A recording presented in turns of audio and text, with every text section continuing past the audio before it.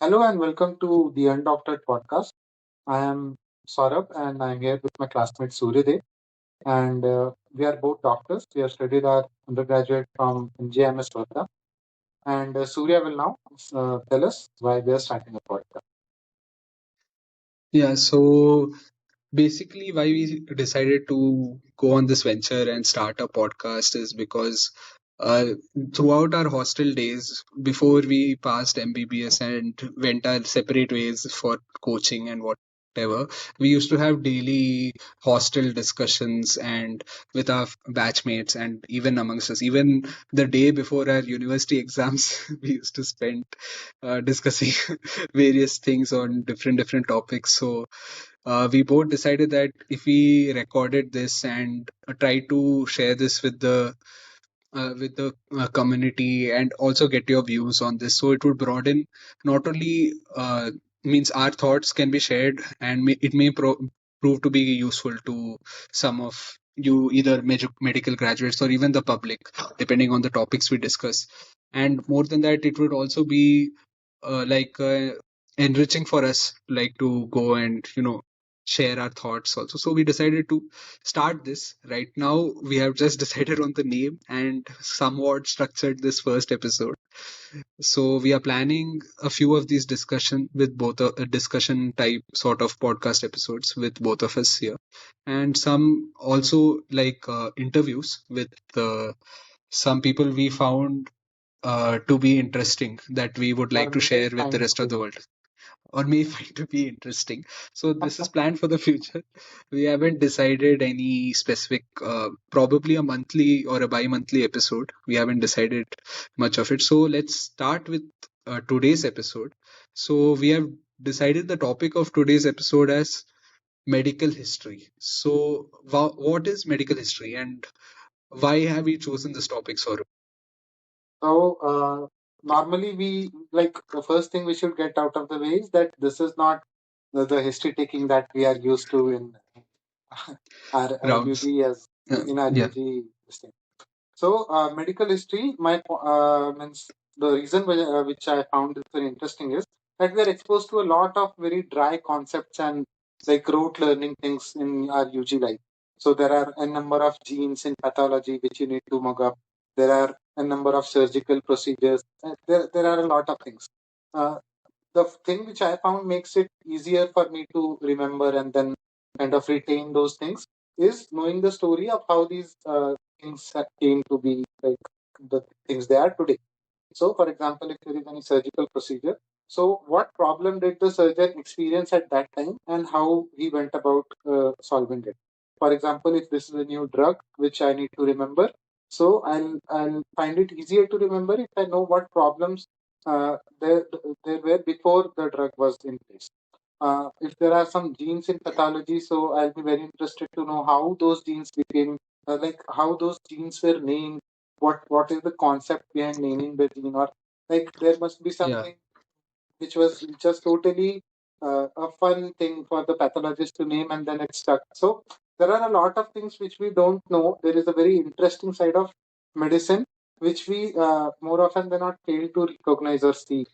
Yes. We just end up mugging these names and means that is Yeah. very boring for us. So Basically, that is what has why. happened is, yeah, you can continue.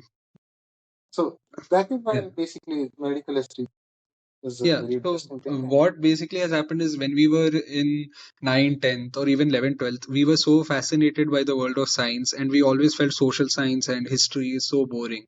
But once we enter medical school, we are surrounded by all these facts and all these heavy concepts, and history, in a sense, becomes the interesting part somewhat of medicine other than the clinical and surgical aspects of it.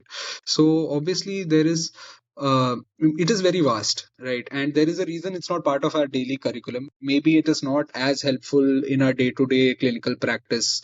So, or our but academics also. even in our Like academics, it's not evaluated nobody that is going heavily. to ask us the history of this particular I thing am if we not are sure just going to about ask. that. I mean, in community medicine, or board committee, Yeah, all the committees. There are many Anyway, things but where history can be means asked also, the right? thing we will be talking about will Yeah. definitely not be asked in any We'll exam. be talking about the things which we found interesting, and we Interesting. both have this uh, knack for just falling into the pits of history instead of reading and revising what we should be revising sometimes. But in the long run, it does provide us with a different dimension of thinking, I guess, and it helps improve our creativity. And sometimes learning history can really benefit us when we face like the day-to-day problems or new challenges, right, which haven't been experimented. So how these minds or even how various drugs or various processes just came into being, it may not even make sense. It must just be a flow of events, right? History doesn't have to make sense. So Exactly. that while medicine has to make sense, I mean there are a few aspects which where it doesn't need to make sense as well. But so we found it interesting and we thought this would be a good place to start. So both of us have chosen a topic each, and all the sources we have used Hmm. while researching this, we have tried to collect those sources, and we are putting down all the links in the description. So if anyone is curious, like our podcast name is Undoctored, so we aren't doctor. We are trying our best not to doctor anything. My And point is that we will try to like stick to the facts as much as possible, but of course, in this day and age, one yeah, cannot be too sure. And there will if we definitely make be any some like, paraphrasing yeah, or some right. butchering of terminology or pronunciation, so please be kind to us in the comments. So I'll be starting with surgery as a topic in medical history because I'm really interested in that topic. So we'll be talking about a person named William Stewart Halstead, after which the modified radical mastectomy is the procedure, surgical procedure is MRM, named MRM. right? It is used in breast cancer, as we all know, as medicos. So William Stewart Halstead was born on September 23 in 1852. He was born in Manhattan, and he was born actually in a very rich household. His father was also a doctor, and he was a child of privilege. So after his schooling, he initially went on to pursue the fine arts at a very prestigious university, where he's said to be a very mediocre student, and it was not it is mentioned there that there is not one record of him buying borrowing a book from this college's library for the 3 years he was there. My But he God. was an exceptional athlete there, and he was participating in numerous sports. He was a very outgoing person, had a lot of friends. He was, the popular guy kind of person. Mhm. So only in his senior years did Halstead interest in medicine awaken. So he took classes in anatomy and then physiology, and he was basically entranced by medicine. He entered the College of Physicians and Surgeons, which would later go on to become Columbia's medical school. And he then graduated among the top 10 in class. And this basically started a series of academic achievements. Halstead would basically ace every exam that he appeared for. I My guess God. this is more because the guy found his what he was passionate about, and then it brought out the best in him. So Mm. after his initial training in the field of medicine, he went on to explore the advancements of surgery occurring in Europe. So Europe was a place where the surgery was advancing at a whole new level. There were new discoveries being made in anatomical and on an anatomical level. The concept of antisepsis was being developed there. So Europe was at a very much like a higher level when compared to the US in the field of surgery. So after his whole this was largely funded by his whole family money and all. But after returning from USA, he was very he returned a much wiser man. But he was surprised to find out how rigid American physicians were to accept this new concepts and knowledge. Mm. But Halstead was a very resilient person. He did not give up, and So he was soon he also, matlab, very stubborn. I mean, in general, yeah, I feel exactly. So that doctors, is doctors in general are also very stubborn to implement. Even now, we are not doctors ready even to now update the ourselves. concept of evidence-based medicine. Nobody wants to be proven wrong or something, or they Yeah, always believe that they like to they have stick it with right. their. And Yeah. this, we can all comfort ourselves with the knowledge that this is the way that it has always been. Definitely. It is the only Yeah. thing that we can do. Anyway, so he was a very talented physician. He, as we saw, he aced every exam he took, and then as a result of which he was enlisted in a lot of hospitals. Okay. Like I think there were at a point of time between 1880 to 1886, he was recruited at six different hospitals at varying capacities. My So God. there are a lot of different like great things that he did. His image was that of a very bold, a very fast surgeon. Like he was at the top of his field at that time. So there are a lot of like chronicles, like there are a lot of legendary things that he did. Some of which include doing the first appendicectomy in New York and doing the first person-to-person transfusion and also the first auto transfusion of blood Okay. in New York. And among his very extraordinary achievements was his sister was suffering from postpartum hemorrhage and Okay. was in a critical condition. And Halstead, on seeing her, he immediately transfused his own blood into her, and following which she made an immediate recovery. So it was, I guess, it was lucky because they had the same blood type, or else this would have been Same, a or really different maybe story. like she had a donor, means a receiver Yeah, type. exactly. Or something like that must have happened. My point is that Hmm. Halstead was a person like in this phase he acted first and thought afterwards is what like I'm Like getting most this vibe surgeons. like probably this he exactly fits the stereotype, you know. He's a Yes, crazy guy. definitely. Another one of his very extraordinary this thing means tale is that he operated on his own mother on the kitchen table of their house. So this was the first cholecystectomy to be ever have been like to ever be being done. So My she was God. suffering from acute cholecystitis. There, like she had a history of long history of treatment, nothing got better. So Halstead operated his own mother on their own kitchen table, and she made a complete recovery.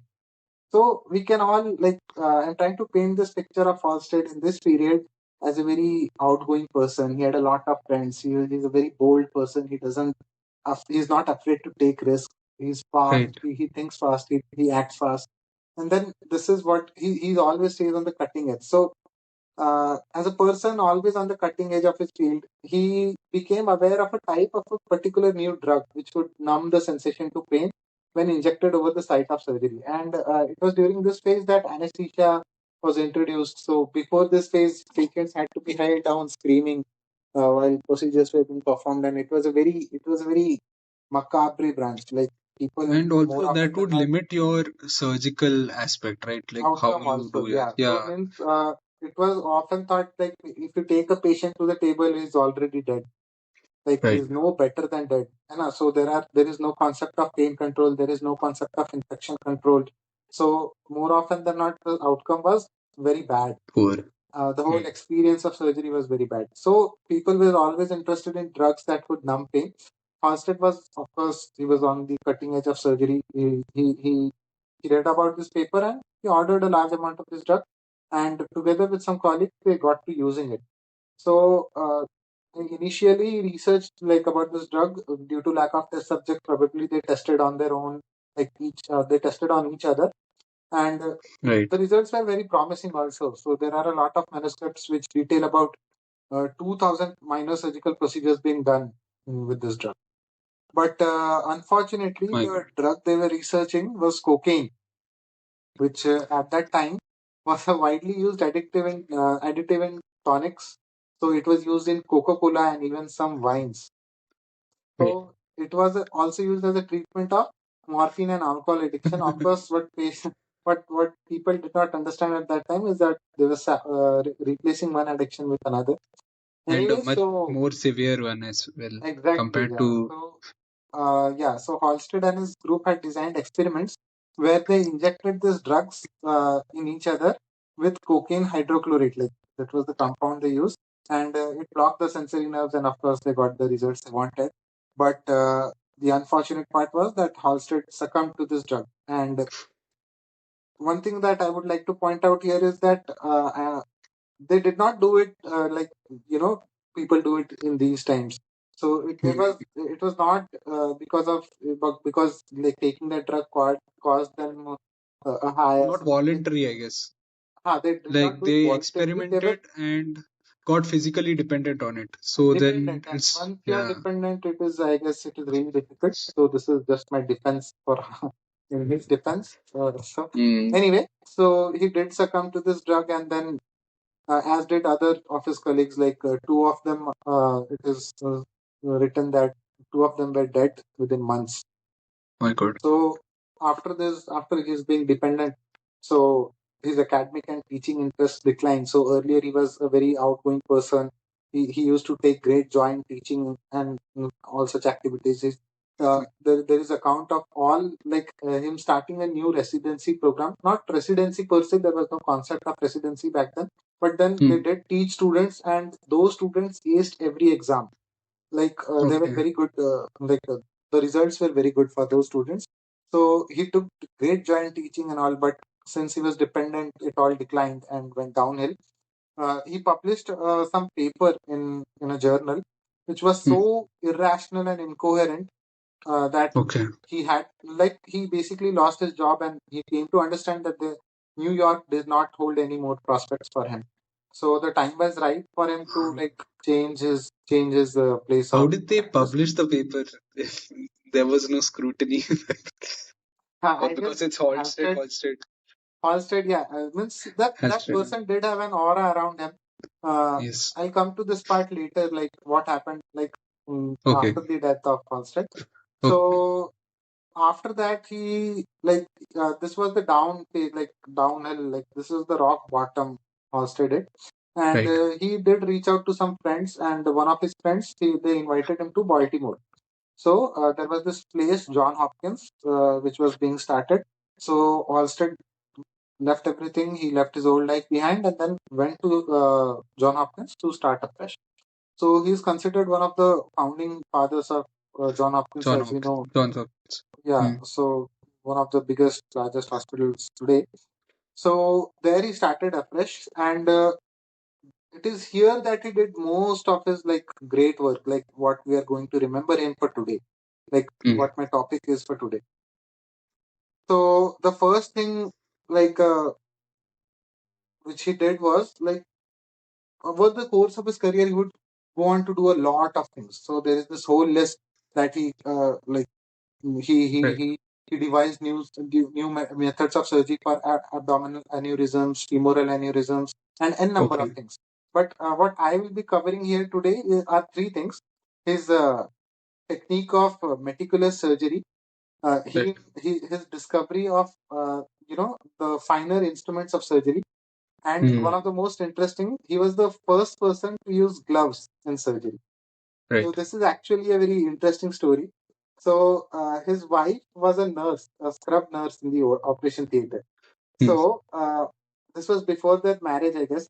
So obviously he must have had some sort of interest in her. I don't know like what his dynamic was earlier, but okay. in a journal he noted that the nurse's hands, the scrub nurse's hands, were being damaged due to the chemicals of the Right. antiseptics which were used. Antiseptics. And of Okay. course, Halstead was a big person, in favor of antisepsis at that time. Right. So it is on this note, I forgot to add one point. While he was in this, pre-addiction phase, so he Right. convinced a hospital to spend at least about like tens of thousands of dollars uh, to erect a separate enclosure, like a tent-like structure for him to practice surgery in. A My very God. very huge amount of investment uh, For at that time, sterility like means for yeah, yeah, like for so that practicing he his could do his principle of own antisepsis. level of antisepsis. Exactly. He Okay. like he could control more, I guess. But the reason that I added this is it is not very easy for like a person to get a hospital to commit such huge amounts of money. And Mhm. Halstead did it, which goes on to paint his picture like of a very, you know, like Powerful. think first and like do first and think later kind of person. So Right. anyway, we are at John Hopkins, and he's seeing a scrub nurse, which is her hands are being damaged due to these chemicals. So he reached out to the Goodyear, the rubber company, and they designed Okay. him some latex gloves. And then Okay. he saw that the infection rates also fell down, and then of course the hands of his future wife were very pretty. And then, Right. so this is also thought to be the first chronicling of a love story in a medical journal. Okay. So he was Okay. talking to Because about his future wife in that uh, journal. So this is a, I guess maybe it is a first and romantic last part as of it. well. Means who would chronicle So there, there? there must have been instances which Probably, yeah. we might, We'll okay, have to we look might into come that. across in future episodes. Definitely. Anyway, so this was his one achievement as at John Hopkins. A surgeon, like after his addiction, like even while he was being dependent on cocaine. So there was a change in his demeanor. So of course there would be some unexplained absences and a lot of eccentricity.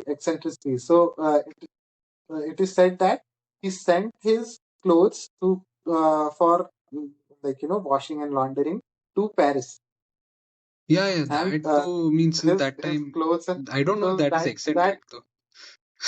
But again, it's like he was a weird guy, I guess. Anyway, so That is his taste, right? I mean, he's earning so much. I don't know how much he used to charge. I heard he was one of the most yeah, expensive surgeons I as well, also right? heard that, but again, I do not have sources to back that up, so I did not mention this here. Yeah, Okay. so as we did mention that he was a very talented surgeon, so I guess people must have paid top dollar for his surgery. Yeah.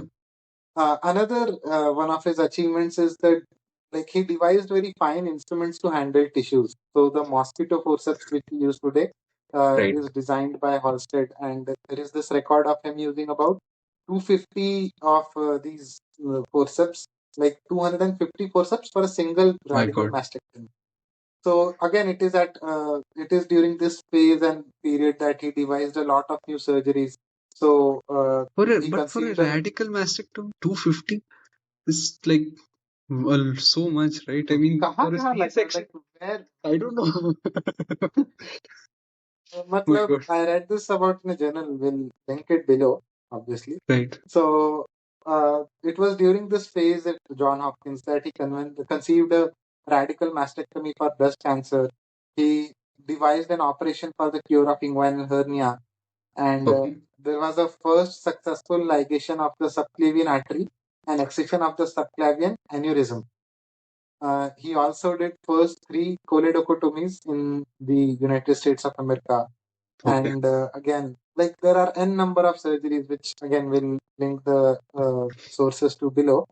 Again, my point is, he even in this phase of being like using cocaine and being addicted, he did not lose his touch. So slowly and surely, Halstead went on to transform the field of surgery as we know it. Uh, but what did happen was he became a very slow and meticulous surgeon. So, Right. which again proves, is a The tale, is effect a of cautionary addiction. tale for, it might be the effect of addiction, but I read it as a cautionary tale for today's like surgeons. So we incentivize time. We say that this Hmm. surgeon did a hernia in 20 minutes, this surgeon did. But Halstead did his best work while he was being a slow, meticulous surgeon and not the very fast, bold kind of person that a Right. maverick kind of this. Okay. So a person earlier, as we saw that surgery was a very barbaric branch. So tissues were not Hmm. handled with respect. The handling of tissue with respect is thought to begin after Halstead. So he it is like I read somewhere that he told his future students and all, he if you touch the intestine you injure it. So use touch it judiciously. Right. So this So was a lot of line that moved me because yeah. right. And I think means like he's like in John Hopkins, right? So he must be. So was his teaching and these stuff also affected because of all this addiction and uh So another probably the best his gift to surgery was his whole residency program. So okay. it is during this resident like it was during this phase that okay Halstead was gone a lot. Okay, so there have been like instances where he was gone for 2, 3, 5 months and there was no notice of him. So you can look it about look, you can took about it in two ways. Okay.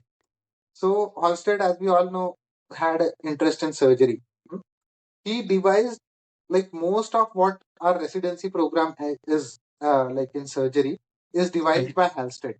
Okay. Okay. So if future residents they ever get scolded and have are having a bad day, they know who to curse. Pretty much uh, like Osler for medicine. Pretty much like Osler for medicine, exactly. So Hmm. the students of Halstead's like they were like superhumans, like much like the man himself, and it is a criticism and it is a reproach of the the general method of surgical training that it was devised by a cocaine addict, and that Right. is the reason that it is so hard and so difficult to get through. So you can read it as a criticism of this field, But it but hasn't changed and it seems to be working. I mean, you have good surgeons now also, so we have good surgeons now, and I don't know about the uh, residency program though. I guess that is there for uh, sure. that yeah. But my point is that another way that we can see this thing is that Halstead needed this residency program to function as a clinician, because it was Hmm. clear that he could not take on everything, and Right. means he was doing massive amounts of surgery at that time. Like I have read accounts where he was standing for 16, 17 hours straight without food, without anything, and My he was God. operating. So no person can last this long, and everybody has a limit. So Halstead reached his limit, and then it was time to pass the baton and all. So Right. that is why surgical residency program came to into being as we know today. Right. Yeah. Right. So again, two faces to this. It was probably what Halstead needed, or it was probably due to his the whole Really, wild side, like right. he had a lot of energy to burn, and that is why he recruited a lot of residents. Either way, so moving on, but all this, like all good things must come to an end. So talking about his death, so it was Right. actually a very cruel irony that he had to die of a complication of like acute cholecystitis. So Correct. he was Okay. operated by his own students, no less. uh, Okay. uh, about two, I think it was he was operated twice, and in the middle he did make a complete recovery, but Okay. yeah, he did succumb to the operation or like the disease My which God. he was the first one to cure. So My God. this was the life of Halstead. Right. More like I would like to add something after his death. What became after his death? Every student that he had trained, most of them took up teaching jobs, and Okay. they went on to set up the whole system of residency that we see today. So, Right. like even in his death, Halstead looms large, and we see him everywhere in every medical college. Like if a Right. PG is being trained by his senior, so this is because of Halstead. And there was also like his all his students were like him, like they were very famous for their endurance. Again, 16, Okay. 17 hours, no break and no food, no water. They were They also Halstedians, must have like their own like contributions as well. Like, yeah. Means there are a lot of these things. I guess Harvey Cushing was one student, okay. and again I link the means I'll Okay. give the So Cushing is like a sources in the neuro description. I specialist, guess right? so, yeah. Yeah, he was a neurosurgeon, and he went on Okay. to, there was this Cushing's reflex or something, like Cushing's Yeah, ulcers or we have something. read it. Uh, Yeah. so, my point is, after, I read this about in a book that radical mastectomy is not necessary in every case of breast cancer, right? So Right. this is a very modern kind of modern, like this is a fairly recent belief which the Holstedians were not ready to accept. And Hmm. as like true to their master, they were very stubborn, Okay. and uh, they took a lot of convincing. But again, the what I want to highlight here is the quality that they all inherited from their teacher. Is that endurance, and then be stubborn, be And that resistant. time means we did not have much idea about these diseases that they are treating surgically as well, right? Again, yeah, We didn't have mm, staging, we didn't have imaging, wasn't that developed, I guess. exactly. So So it makes this sense. Like you see a growth, you want to remove it completely because it's coming back exactly. again and again. And, So again, which means we do have a tendency to do what we have been taught, right? Like yeah, if my sir did it like this and I human do it nature, like this, whatever right? your evidence. So again, the rigidity of clinicians. But yeah, so this was the life and the contributions of Halstead to the field of surgery, Amazing, and really. that is A great person what that probably changed, influenced all medicos and any majority of health providers, at least. health providers exactly. So uh, his whole just to recap his major achievements. He was Right. the first person to be credited with a blood transfusion, Yeah. which he did on his own sister while she was in a critical condition. He was the first person to do a cholecystectomy, to do a cholecystectomy, and Okay. he was the first person to devise fine instruments, give some respect to the tissues that they deserve. He was the first person to introduce gloves into surgery. He was the So probably the many. first person to write his love story in a medical journal. I don't know. I feel like we are romanticizing his true effort in bringing in gloves. Even if it wasn't his wife, his main goal was quite different. I mean, I guess we'll never Yeah. know what his intention was there. But yeah, so in his last, like in his during his stay in John Hopkins, he did reach out to Osler as a friend, and to confront his problem of dependence. He was Right. never said to be. It is said that he was never free of dependence. So at Okay. that time, again, morphine was used to treat cocaine addiction, which is again swapping one addiction for another. So he Yeah. thought to be addicted to morphine also. The point which I wanted to highlight was, despite being addicted to these substances, he was such a disciplined person that he kept functioning. He gave all he could to surgery, and then again, the rest, as we say, is history. So this was Halstead, William Stewart Halstead, as a person, It's and amazing to know about these people. I mean, it also gives you a picture of the surgical scene at that time, right? And how yeah, things developed and and how how things grateful we should developed, and be like actually right now for how we just do eventually, surgeries on a daily basis without thinking so much. Back if then, we it was not the if we same. extract if we extract Yeah, a small lump from your forehead, then we have a lot of persons to thank. right. Okay, so that was So, quite interesting. Right. So I guess we can go ahead cost, to my topic now. yeah, Yeah, so my topic is on basically you had covered like scientists and means the life of a scientist, right? So I thought I would take a different direction. And also it shows like history has various ways to study it, right? So I have taken the history of a drug basically.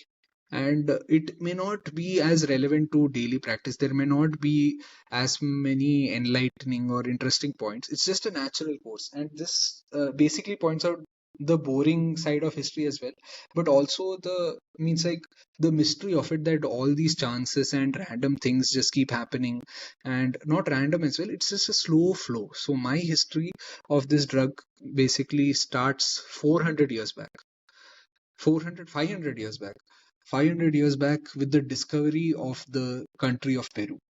So in 1513, so around the end of the 15th century, Columbus and all those things happened, right? The Americas are discovered. And one of the countries in Southern America, especially towards the northwestern coast of northwestern side of Southern America, is Peru, right? So Peru, like, what do you know, Saurabh, about like Peru? What have you heard about Peru? Anything? Peru, I've not heard much, but Peru, I think, is a very like touristy place. There are some Right. places, the Machu Picchu, something, I don't know. Yeah, Machu Picchu is in Peru. So basically, Machu Picchu is like a citadel type. It's a Okay. almost like a wonder of the world, I think. Not sure, Mm. but so There are there there was a are some huge volcanic regions also. Yeah, I think so. Volcan. Basically, yeah, there is a huge hill range there called the Andes of Okay. South Mm, America, and that is in the western coast of South America. So mm, that belongs to Peru as well. And Peru, you would have heard, means basically of Machu Picchu, you have heard. So it is a very differently developed civilization compared to rest of the world. It wasn't mm, discovered till the 1500s. So they have their own system and everything going on over there. And then the Spanish and Spanish, these people discover the country, and one of the languages these so, tribals means they speak is Quechua, and they have their own mm, local system and stuff. And once the mm, Spanish come in, they notice about the whole area, right? They do their studies, and with the navy also comes in the priest and the missionaries of the church, the Jesuits, they come in. And so one thing they noted was that a tribal community in this eastern slope of the Andes, throughout the Andes, they have this tree called cinchona, and the mm, bark of this tree is taken, cut, and dried, and then powdered, and it is used basically as a dye, a red color dye. And there wasn't much medicinal use while when we asked these tribals, and in fact they were not. I mean, I'm not sure if we should call them tribals. I have read like a book published in 1870s, and everywhere they were using it was a very different it terminology is a that very was being used there. problematic area Yeah, because that is see these people they were invaders basically, right. and So they the accounts. probably like you only told like they probably they killed a lot of the indigenous population, Right. but So whenever they come, they also bring in a lot of the foreign mm, diseases, right? This continent mm, has been cut off if they are completely. not the So virgin population is not exposed to, yeah, so and the again epidemics yeah. come in, and these people bring money also. So you can obviously see the conversions happening. Mm, So mm. those things are also It there, is a and very these accounts complicated are, topic. Yeah. yeah, and the accounts are unreliable. So there are two accounts Mm, where a medicinal aspect of this bark powder was seen. One was of a Countess Anna, and here also this is pretty much proven to be fake by another recent paper which I had seen. So she's the daughter of a viceroy to Peru, and she had something called the tertian fever, which is a fever once in every 3 days, right? And now we know what that is, right? That is malaria. We know it now, but yeah, yeah. back then it was just continuous fever after fever, It was just a exactly at every fever which third day. occurred in yeah. Right. There was no solution. Your natural remedies are not working, and slowly the patient's declining. So they were obviously worried about her. So they asked around, and one of the clinicians, maybe a local, turned into service of the Spanish. He provided a sachet of this bark powder, made them dissolve it in some tonic water, and surprisingly, it healed her. This is one account. And there is another account of a similar instance happening with a Jesuit priest. So these two accounts are there. So basically, they found that it is working for fever, mainly tertian fever. And this information, obviously, as things go, gets reported ahead and it's carried over to Europe, and Exactly. it goes to the Pope through the peace and to the King through these commanders. So once it reaches there, there are divided opinions right now in Europe. We are talking mid 1600s now. So people who are doctors of the Pope say it's very effective, and people Mm, who are doctors of the king say it is not at all effective, it is of no use. This may be because there is no valid, like, preparation, or no exactly. proper Standardization methodology. is not there. Like Yeah, and even the not disease is everybody is not that using well the known. same part. Yeah. Right. They may be treating some other fever with it, so nothing is known. But it starts to spread. Now Pope and King are using it, so it spreads throughout the entire Europe. And English medicine is called English medicine because the main hub of it was England, right? So around the 1650s, it starts to take traction. Some renowned physicians pick up on this powder and start using and experimenting with it. And one of them is Dr. Robert Talbot. Right. So he treats King Charles II with this powder, but he keeps it a secret. He just calls it a magic powder and he treats him. And this story becomes a big thing, right? A king who was sick has gotten well again. So the French call him one of the, I think, not the king, one of the relatives of the king was as such also gets treated by his medication, and he uses it very sparingly so that he can keep it the costs and profits to himself. And so it was not known exactly what he's doing, but people had presumptions that it is the bark he's using. But then once he died, the king in favor and even his students also, they made a publication. The king requested it specifically, so it came down out in the newspaper or whatever was a magazine. Whatever. It was They a made like it a of public address. gift from the King Louis the 14th, Okay. the solution to cotton or tertian fever. Mix Mhm. bark powder with, as French things go, wine. That was a secret, basically, as what they are saying. They mix, instead of mixing with tonic water, when you mix it with an alcohol base, obviously some other compounds might be coming out of that, right? Mhm. So that once that publication happened, and then the King of England also translates to English and publishes it, and so then Mhm. it becomes a huge deal, right? So this happened at around 1680s. After this, everybody started going to, means the Spanish started going to Peru, chopping up these Mhm. cinchona trees, and there's a huge industry happening over there. It's the So local there is people. this only. I just wanted to ask something. So during Yeah, all this time, there is only one known source, or are there like many? it is mainly, there was only one known source, not Peru exactly, that entire belt of that mountains in the eastern side. So Yeah, maybe so some that other. must have put a lot of pressure on those Yeah, researchers. there's a huge pressure on the local this thing. So there's a huge industry also. There are people who they are called cascarias, the ones who cut down this bark. It's a very different process. Obviously, there's Okay. renovation in the process also. In some Mm-hmm. parts, it used to be sun dried.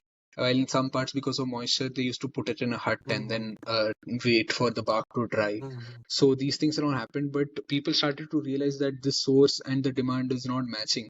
I mean, to some extent, it was Mm-hmm. matching, but for now, it was matching. There wasn't But then again, some great people demand, did right? want more of this. Yeah. And it's also expensive. You're bringing it all the way from Peru, so not everyone Mm-hmm. can afford it. But at the same time, so the French start researching it. They send their botanists, and it gets famous. In the 1730s, there are accounts of the tree in detail, and in fact, the entire genus Cinchona was written in detail by our very own Carolus Linnaeus. We have read in bio. The, Yeah, yeah. so in Everybody curves from 1754, him. yeah, the side of bio that every, I mean, I think there are people who like the plant diversity I and all these personally things. did like. I I don't know. personally liked it, but I wasn't a huge fan. Families and this thing and all. no, I scored because of that. You know which family does this belong to? I had read it. I don't recall now. It was, I think it was something common only. I don't remember.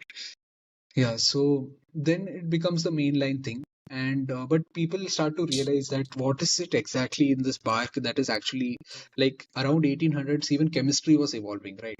So two French chemists and researchers, Pierre Pelletier and Joseph Cavendot, they first isolated the quinine compound from the bark of this tree, quinine, from cinchona. So in 1820, this was discovered, and there is a lot of things here, like how the name quinine came about and things like that from the genus and stuff like that. But basically, it started becoming mainline. Instead of the powder, they started using quinine, and Okay. we realized that this is definitely effective. And So malaria is, this is the concentrate kind of thing of yeah, the it is same powder. basically the Again, principle which is actually queen, causing the effect, right? From the bar, the quinine rest is a of it. natural derivative. It is not synthetic. No, no, it is not synthetic. From the bar powder, they're refining the quinine that they are able to do. They are, that is also there, like in detail. I read a pharmacopoeia published in 1875, and there was a lot of means things which looked like French to me. It was English, but being in medicine, I had no idea. They went into detail of the Mm-hmm. pharmacy aspect of it. So it started being around the mid 1850, around 1850, it started being used for malaria prophylaxis widely. And Okay. as the demand increased, obviously all these big naval empires like the Dutch and even the British later started to Mm-hmm. produce this tree everywhere. So the Dutch were the main people who basically found Java to be a great area to grow the tree. And 97% of the Java is a world's, place. Java is an island, Java. Acha. one of the Indonesian islands, right? Okay. So it grows, like 97% of the world's quinine production was controlled by the Dutch in the by the 1900s starting. Then the war started, the World War, and in the World War, what basically happened was a lot of powers started interacting with each other, but the quinine Mm, was controlled by the Dutch, and in Indonesia, mm, right, it's growing. So at some point, the Germans took over the Dutch, the entire Netherlands, and Japan also took over mm. Indonesia. So the entire supply to the Allied powers of quinine Okay. became limited, and this is all the naturally derived quinine. So people started hunting for an Mm, alternative to quinine, but they were not able to find anything. And they and actually, why did the demand increase in the war is the real question. And this whole war and medicine is such a complex and very interesting topic to study, and very sad also sometimes to study, because the diseases change, the epidemiology changes everything, and the politics and access also to medicines and stuff changes. At the same time, the you want to keep your troops alive, so the research also increases. So war in exactly. general is such a big It propagator. has been a Yeah, driver of surgery as well. yeah, So I guess the okay, whole advances in blood transfusion and storage, right. uh, like war has given us. The war is a platform where surgery is performed in a very hasty, very practical kind of manner. So again, trauma management and all that part, it pose a Triaging. huge part, triaging and all. So the whole systems of trauma, the principles of trauma management, It they is can be quite traced back fascinating, to their. It's right? actually very There's a lot of levels to it. So one level is definitely fascinating. this. Between 1942 to 45, malaria was the most serious health hazard to the Allied troops in the South Mm, Pacific area. So we have a huge battlefield which is happening in the mm, Pacific Ocean, right? One side you have US and one side you have Japan. So the Allied powers actually in the Pacific area, especially, malaria caused 5 times as much casualties as the war itself. mm, And now you would think that, okay, the Americans, we can understand why they are suffering, but even the Japanese, like soldiers, they did not know how to use quinine despite having a lot of it. okay. They did not know the correct dosing, how to use it for prophylaxis or what to do. And this is when actually, if you look into the maritime documents of these naval doctors, you can look into like the detail of how they start different doses of quinine and how they go about trying to treat them and all. They're still searching Mm, for an alternative, but they don't have it. And sadly, the reality is, even immediately after World War One itself, the German government had started to look into these alternatives for quinine. And mm, chloroquine, which is the synthetic analog with the exact same mechanism as quinine, was actually completely discovered by the Germans, Hans Andersag and his co-workers at Bayer Labs in 1934. And we all know how, I mean, I don't know if everyone knows, but I Bayer mean, and I don't know German for that research, much. yeah, German research is really Yeah, I dark. know that there were some issues. Some Some, not some. issues There were a lot. is putting There it were a lot lightly. of issues, but A lot of issues. Like the worst, probably you could say that humanity has faced, especially considering ethics. That's why after the war you had the Nuremberg Code, and the whole ethics saga started to build up quite well. So they had discovered Resocin and Santotin, which is basically chloroquine, and they were giving it to their troops in secret. And as the war ended, USA got this drug from some of their troops in Africa, and they took it back home, and then they reverse engineered it. And so this is how basically chloroquine came into existence. A bit of a mix of observation, probably, of these tribal practices in another country, in another continent, and then its in development another in time, another continent, and then its need in another ocean, another area, and finally discovery, or means getting it secretly out of Africa. So over all these different continents, this drug has just gone through so many years, it 400 years. basically the drug traveled the continents after they diseased it, and then Right. came back, and in Actually, in many different Africa, forms. yeah, in Africa, malaria itself and sickle cell, that whole relation which Yeah, has so played out in Africa as well.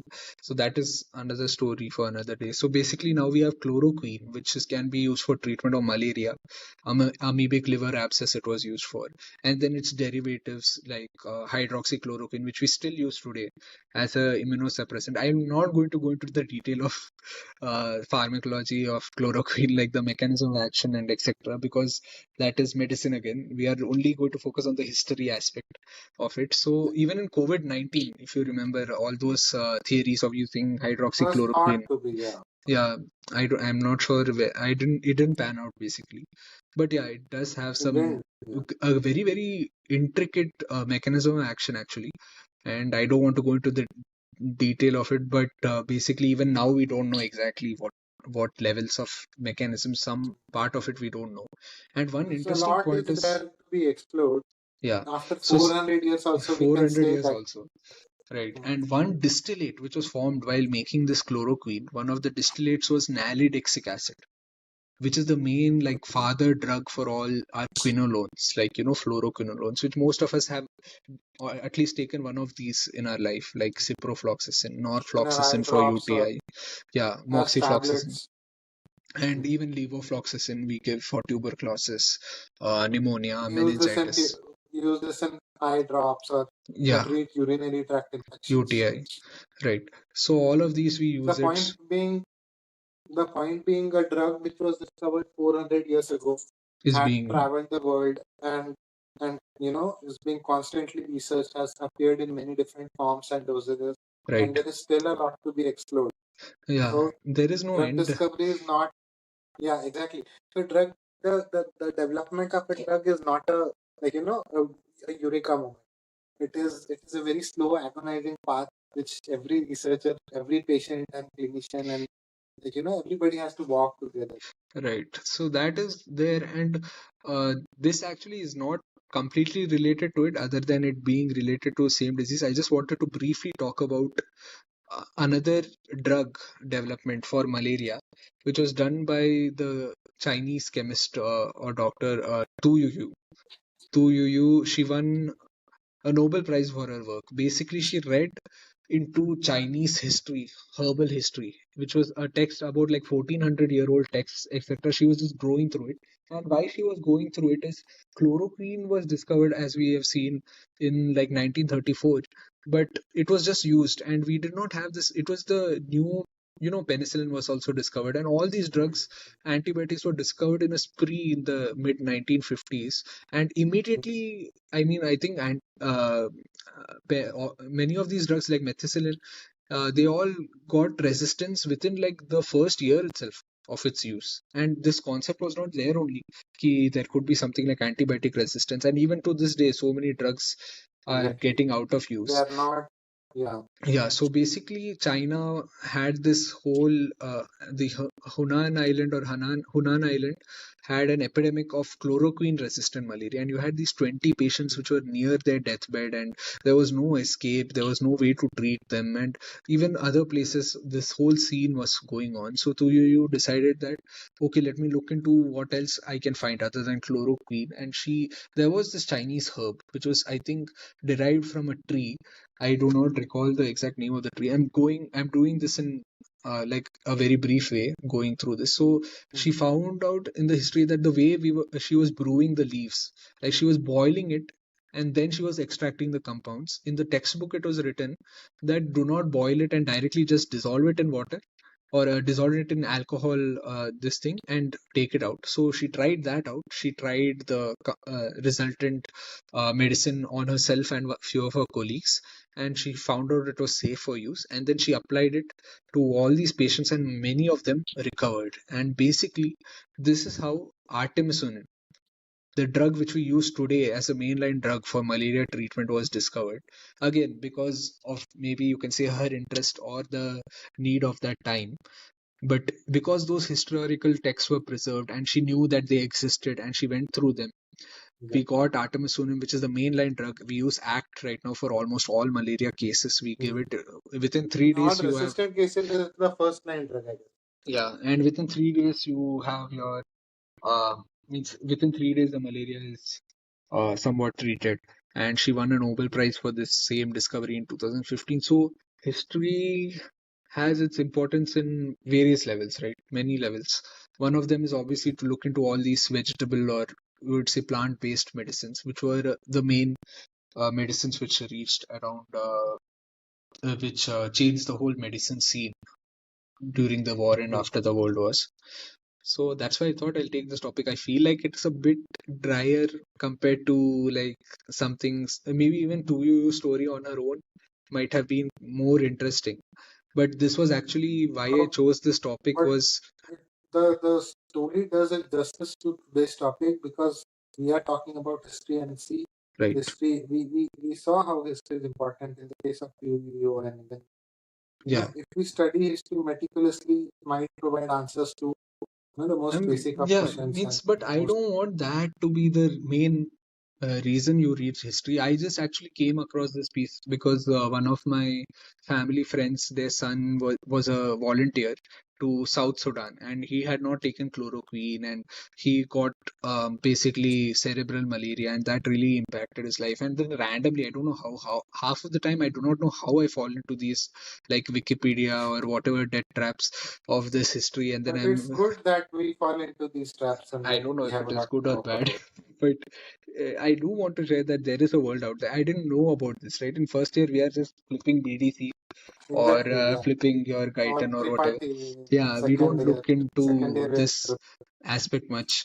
So I feel like this is a good thing. So Like it was a for, really fascinating part, yeah, and again, this opens up new avenues for discussion, like the whole role of war in surgery and how yeah, the ethical part of the where lab or yes, laboratory. definitely. I don't know anything about that. So many branches I've out just of it. heard that I've just heard that there are some human rights violations which happened, but again, Huge human right fascinating violation. story about this stuff. So you have the whole ethics Nuremberg Code, and later on, whatever Mm, developed, you have the whole epidemics of war, epidemics of invasion. Means invasion, you yeah, would say yeah. Western invasion. So again, a very fascinating subtopic which So we many things come out discussed of in it, some other day. right? But yeah, so the whole journey from like 1500s to the present day, which is still going on.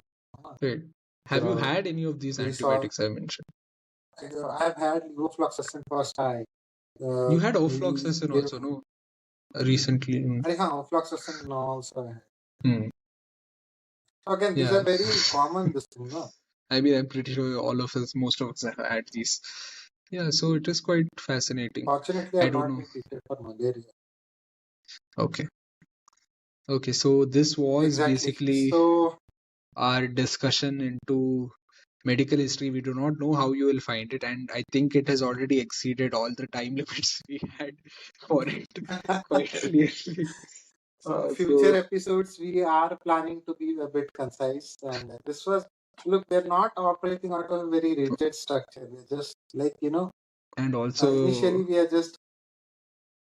yeah, we're and we just are, keeping it a bit like the way we talk to each other at college. So yeah, I it is think that kind has of not like come we through mainly because we are recording at 2 a.m. and also we had to, it's a that is very also different another point. experience recording the camera and things like that. So Yeah, just but we hope you had fun listening to all this, and I guess it might be a little bit boring, but give us time. We are training ourselves in this, and please yeah, do we are also new and share this content with anybody else who you might think would find it interesting, and do share your thoughts, and maybe means tell us how we can improve this whole experience.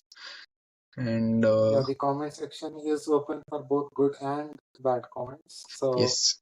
we are eagerly waiting, and that is all from my side. Uh, yes, that's it. We are working on some other interesting things. Medical history is not the main content of our channel. It's just one of the many things we'll be talking about. So just stay tuned. And we do not have any social media yet. I don't know if we'll have it. I don't have any I social just media. realized. Okay. So we'll just end this at this point. So look forward to our next episode. So bye. Thank This you. was the Undoctored podcast.